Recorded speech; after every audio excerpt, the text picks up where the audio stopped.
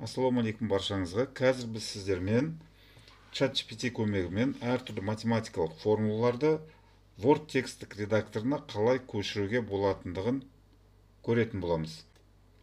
Мысалы, бізде мынандай математикалық жазулар бар дейік.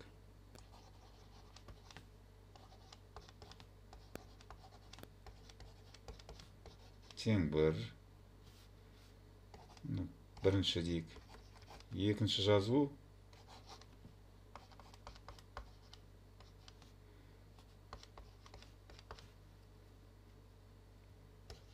төрт.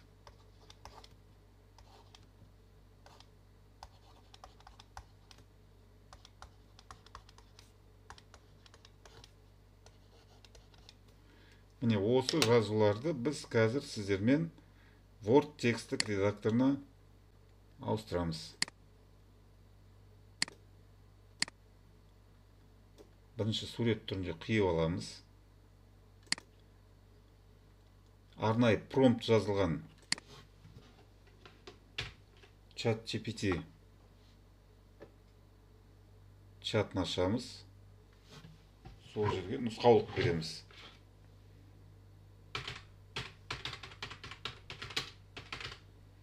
Кодировкада бер.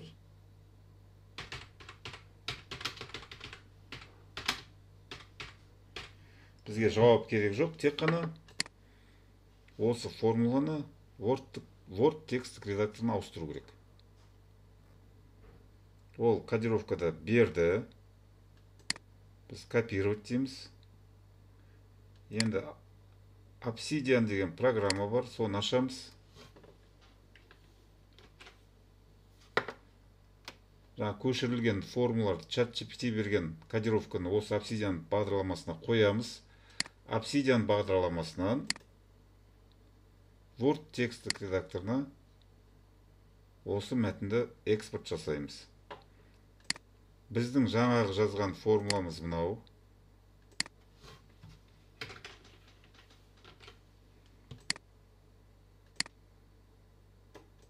Біз қолмен жазған формуланы ChatGPT бізге осылай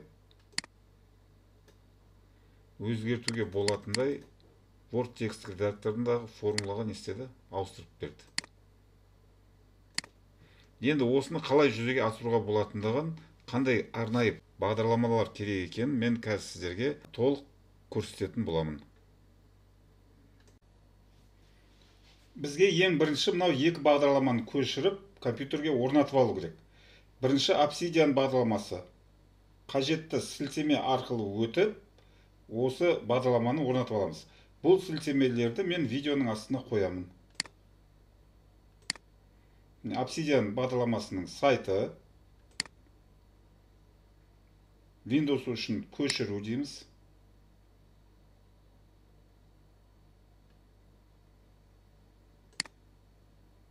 Программаның салмағы қазіргі таңда 265 мегабайт. Екінші көшіретін нәрсеміз мынау Pandoc конвертері. Installing парағына өтеміз. Соңғы версиясын көшіру дейміз. Бұл жерде соңғы версияның бірнеше варианты бар. Біз мынау MCI әріптермен аяқталатын версиясын көшіреміз.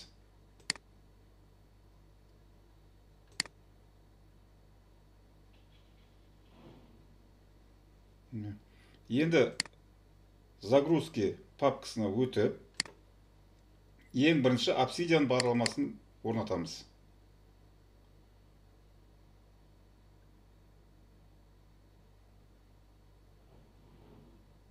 Для всех пользователей қала берсін.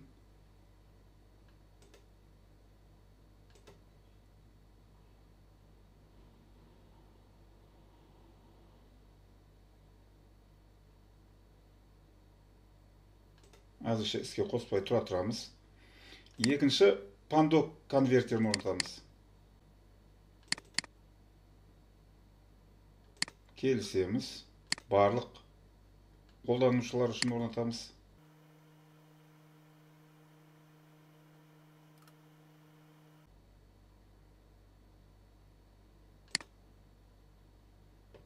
Бұл екі программаны орнатқаннан кейін арнайы баптаулар, яғни настройкалар жасау керек. Ең бірінші Obsidian бағдарламасын ашып,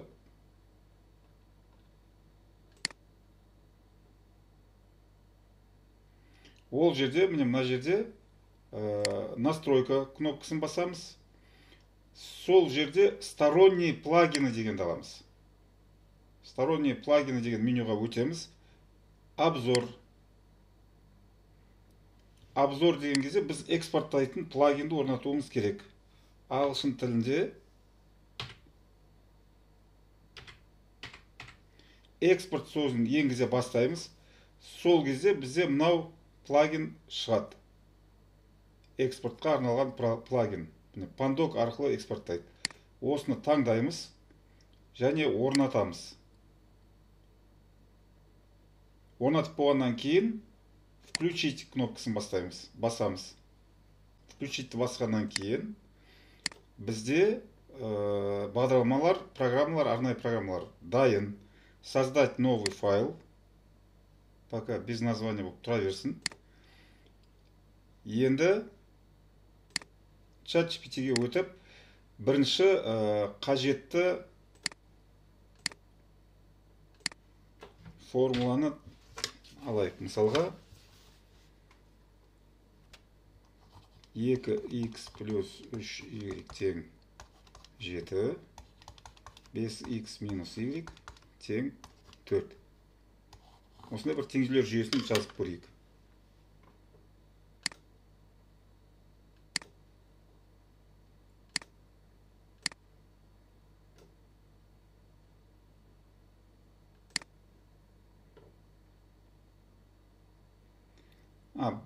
Теңдеулер жүйесін жазудан бұрын ең бірінші промпт енгізуіміз керек. Мынау промптты көшіріп алып, ChatGPT-ге қоямыз.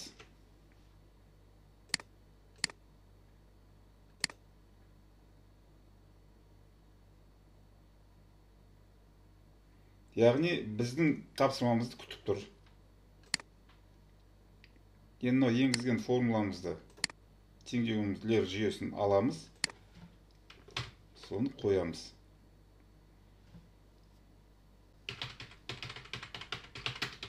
Кодировкада бер, шешімі керегі жоқ дейік.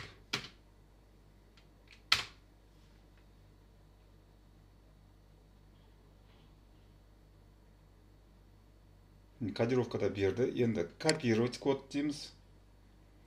Obsidian бағдарламасына өтеміз. Біз жаңа документ файл ашқан болатымыз. Сол жерде осы формуланы, кодты қоямыз. Қарап отырсаңыздар, жаңа теңдеулер жүйеміз жазылды. Енді осыны біз Word-қа экспорттауымыз керек. Без названия дегеннің тұсынан оң жақ батырманы басамыз. Экспорт дейміз. Экспортты басқан кезде файлдың типін Word деп таңдаймыз. Файлдың атын без названия деп қалдырсақ та болады, немесе өздеріңіз енгізсеңіздер болады. Қай жерге сақтайтынын көрсетсек болады, немесе өзінің ұсынған папкасын қалдырсақ болады. Экспорт дейміз. Міне біздің формуламыз, Obsidian'дағы формула Word текстік редакторына көшірілді. Бағанағы біз жазғанымыз мынау, копировать, екеуін салыстыру үшін қойып көрейік бірінің қасына бірін. Яғни екеуі бір теңдеулер жүйесі. Енді біз бұл формуланы өзіміз қажетімізше настройкаларын өзгертіп, шрифттерін өзгертіп редакторлауға болады. Енді бұл тек қана PowerPoint-та жазылған немен емес, өзіңіздің есептеріңізді қағазға жазып, суретін ChatGPT-ге жүктей берсеңіздер болады. Сурет түрінде берілген. Немесе кезген бір кітапты ашып,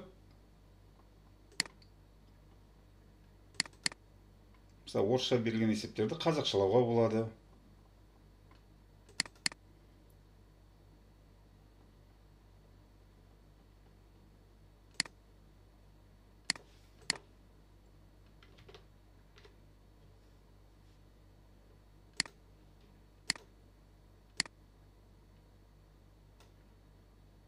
Мынау орысша берілген есептерді біз қазір қазақшалап көрейік.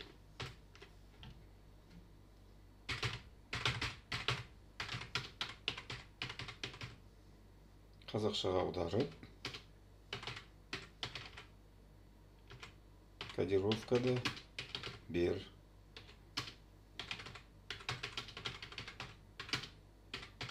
Шешімі керек жоқ дейік, өйткені көп уақыт алып кетеді шешімін табу үшін.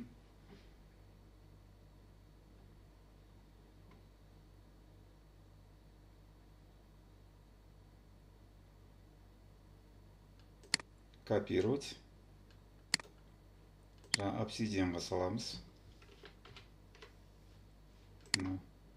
Енді осыны Word текст редакторына экспорттаймыз. Экспорттаудан бұрын бірінші мынау ашылған Word без названия дегенді өшіріп тастау керек. Өйткені бір атпен екі документ ашық тұрамайды. Немесе басқа атпен ашу керек. Мына жерде без названия деген басқа атпен өзгертіп ашуға болады. Экспорт. Мынаны алып тастай салайық.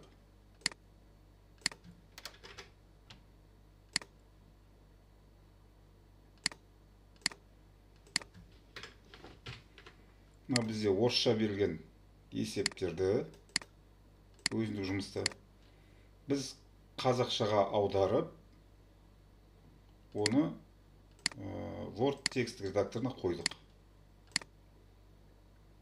Сәл-сәл қателіктер болуы мүмкін, ол кезде өзіміз туралап жібереміз. Тексеріп көру керек бірінші.